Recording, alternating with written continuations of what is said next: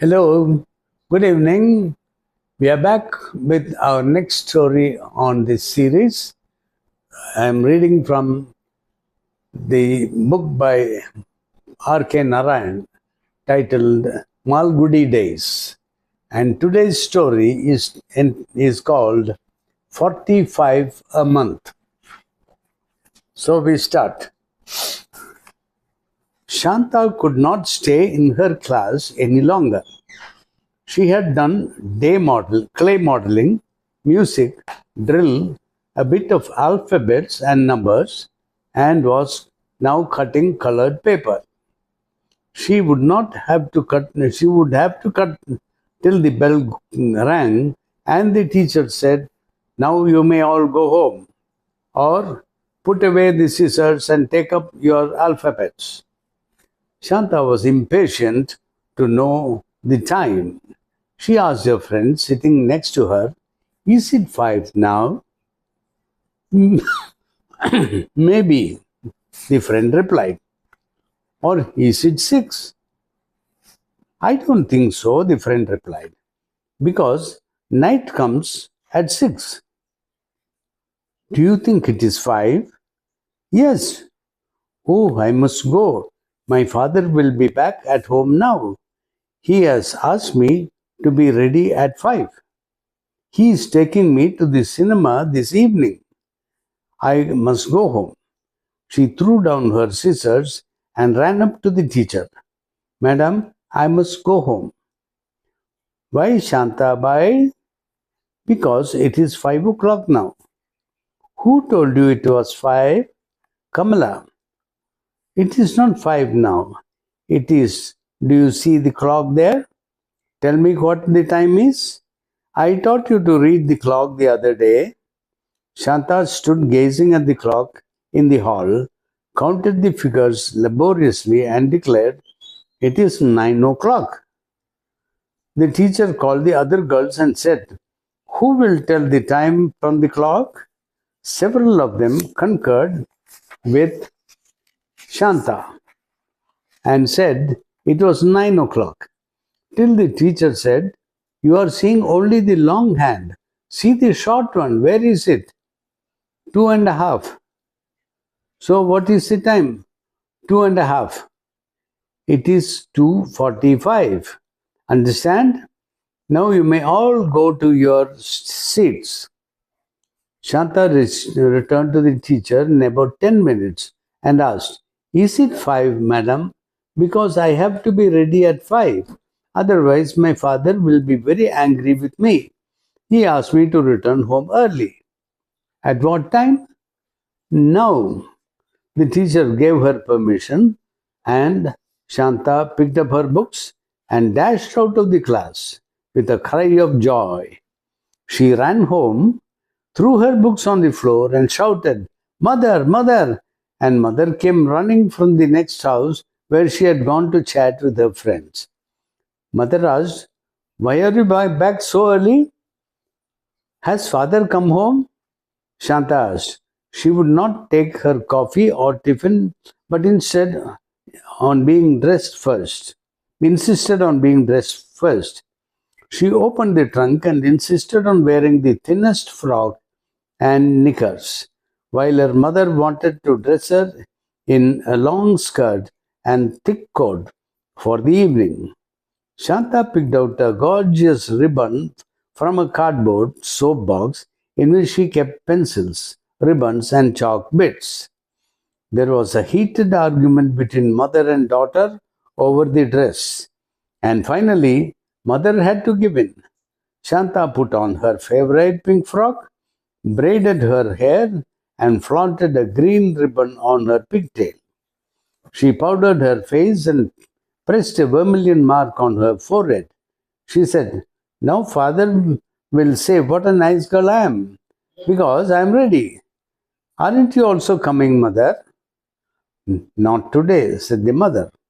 Shanta stood at the little gate looking down the street. Mother said, "Father will come only after 5. Don't stand in the sun. It's only 4 o'clock." The sun was disappearing behind the house on the opposite row, and Shanta knew that presently it would be dark. She ran in to her mother and asked, "Why hasn't father come home yet, mother?" "How can I know? He is perhaps held up in the office," said the mother. Shanta made a wry face. "I don't like these people in the office. They are bad people." She went back to the gate and stood looking out. Her mother shouted from inside, "Come in, Shanta. It's getting dark. Don't stand there." But Shanta would not go in. She stood at the gate, and a wild idea came into her head. Why should she not go to the office and call out father and then go to the cinema from there? She wondered where his office might be. She had no idea. She had seen her father take the turn at the end of the street every day. If one went there, perhaps one went automatically to father's office. She threw a glance about to see if mother was anywhere and moved down the street. It was twilight. Everyone going about looked gigantic. Walls of houses appeared very high, and cycles and carriages looked as though they would bear down on her. She walked on the very edge of the road. Soon the lamps were twinkling, and the passers-by looked like shadows. She had taken two turns and did not know where she was. She sat down on the edge of the road, biting her nails. She wondered how she was to reach home. A servant employed in the next house was passing along, and she picked herself up and stood before him. "Oh, what are you doing here all alone?" he asked.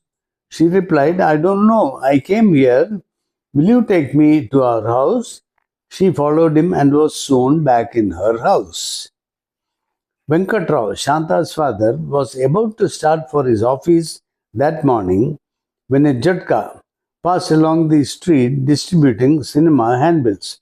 Jatka is a small vehicle pulled by one man or pulled by an animal and on which one man is sitting. It is a single passenger thing. It's a small thing which runs on power of the ass or cow or whatever. So a Jatka was passing and distributing cinema handbills. Shanta dashed to the street and picked up a handbill. She held it up and asked, "Father, will you take me to the cinema today?" He felt unhappy at the question. Here was the child growing up without having any of the amenities and the simple pleasures of life. He had hardly taken her twice to the cinema. He had no time for the child, while children of her age in other houses had all the dolls, dresses, and outings that they wanted.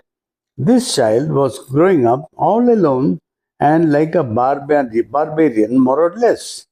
He felt furious with his office. For 40 rupees a month, they seemed to have purchased him outright. 40 rupees in those days was a very large amount, quite a reasonable amount, maybe 4,000 or 10,000 because of inflation. Prices have gone up. In those days, it was very low, and his salary was low. He reproached himself for neglecting his wife and child. Even the wife could have her own circle of friends, and so on. She was, after all, a grown up. But what about the child? What a drab, colorless existence was hers. Every day they kept him at the office till 7 or 8 in the evening. And when he came home, the child was asleep. Even on Sundays, they wanted him at the office. Why did they think he had no personal life, a life of his own? They gave him hardly any time to take the child to the park or the pictures. He was going to show them that they weren't to toy with him. Yes, he was prepared even to quarrel with his manager if necessary. He said with resolve, "I will take you to the cinema this evening. Be ready at 5. "Really, mother!" Shanta shouted. Mother came out of the kitchen. Father is taking me to a cinema this evening. Shanta's mother smiled cynically. Don't make false promises to the child. Venkatrao glared at her. Don't talk nonsense. You think you are the only person who keeps promises? He told Shanta, be ready at 5 and I'll come home and take you positively. If you are not ready, I'll be very angry with you. He walked to his office full of resolve. He would do his normal work and get out at 5. If they started any old tricks of theirs, he was going to tell the boss, here is my resignation. My child's happiness is more important to me than those horrible papers of yours. All day the usual stream of papers flowed into his table and off it. He scrutinized, signed, and drafted. He was corrected, admonished, and insulted. He had a break of only 5 minutes in the afternoon for his coffee. When the office clock struck 5 and the other clerks were leaving, he went up to the manager and said, may I go, sir? The manager looked up from his paper. You? It was unthinkable that the cash and account section should be closing at 5. How can you go? I have some urgent private business, sir, he said, smothering the lines he had been rehearsing since the morning. Here is my resignation. He visualized Shanta standing at the door, dressed and palpitating with eagerness. There shouldn't be anything more urgent than the office work. Go back to your seat. You know how many hours I work? So he had prepared in his mind to give the resignation. So he had prepared the words he was going to say. He had planned to say, I have some urgent private business, sir, and here with my resignation, expecting that the manager would say no. But manager has not said so. Manager said, there shouldn't be anything more urgent than the office work. Go back to your seat. You know how many hours I work, said the manager.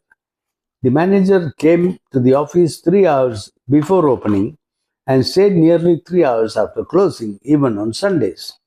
The clerks commented among themselves. His wife must be whipping him whenever he is seen at home.